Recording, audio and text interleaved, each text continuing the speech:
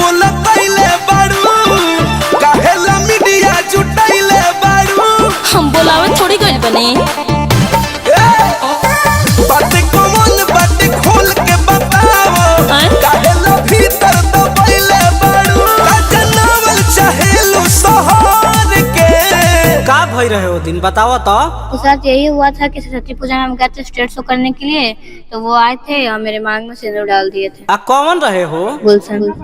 जब डालने से नूर सटी जब पचोड़ के तो हम ही बनो बहु पतो उनके घर के, हम ही बनो बहु पतो उनके घर के। गुलशन के परिवार को यही बोलने वाले हैं कि आपको अब एक्सेप्ट करना पड़ेगा हमको अपनी बहू बना के। अच्छा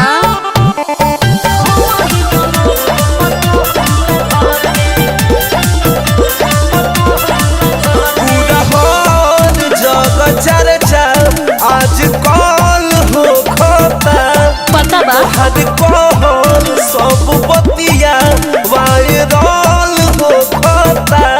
कहीं मीडिया में चेहरा चमकावे के तो कोशिश नहीं को करत। अगर चेहरा चमकाना था तो हम और कुछ नहीं करते, और कुछ मैंने वीडियो अच्छा से नहीं बना सकते थे हम। ठीक है कहत रे दग लग गई हमारा इमेज पर, हमको गुना करो मैनेज पर।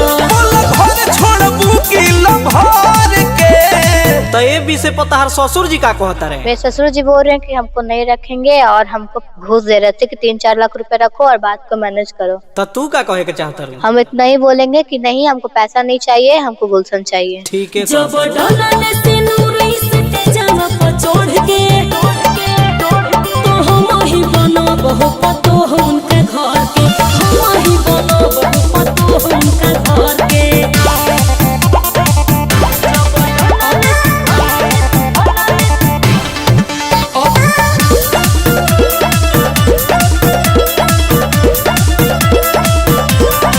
सच बोलो भेद खोलो पाया जाती में अच्छा पहले से सुनल बानी भइल बा शादी में गाई सही हो नहीं गलत बात है, प्रूफ दीजिए ना शादीशुदा है तो। तू शादीशुदा नहीं खू? नहीं अब बोलब न बरहता का पार हो, कुछ जाने कृषि दिलदार हो। लगे आइल बारू ढेर तू चोर के का हो तार बॉयफ्रेंडो कोनो बा? मेरा बॉयफ्रेंड था मगर उसको हम छोड़ चुके हैं। तो ई तरह के राखी जब ब्याह के हमको रखेगा, सिंपल सी बात है। आय जब डालने से नूर सटे जब पचोड़ के तो हम ही बनो बहु पतो उनके घर के, हम ही बनो बहु पतो उनके घर के। तो जाते जाते का कहे के चाहता रहे? और हम मरेंगे तो मेरा पूरा आरोप गुलशन के पापा के पास जाएगा। सब फसाइए देवे कारी।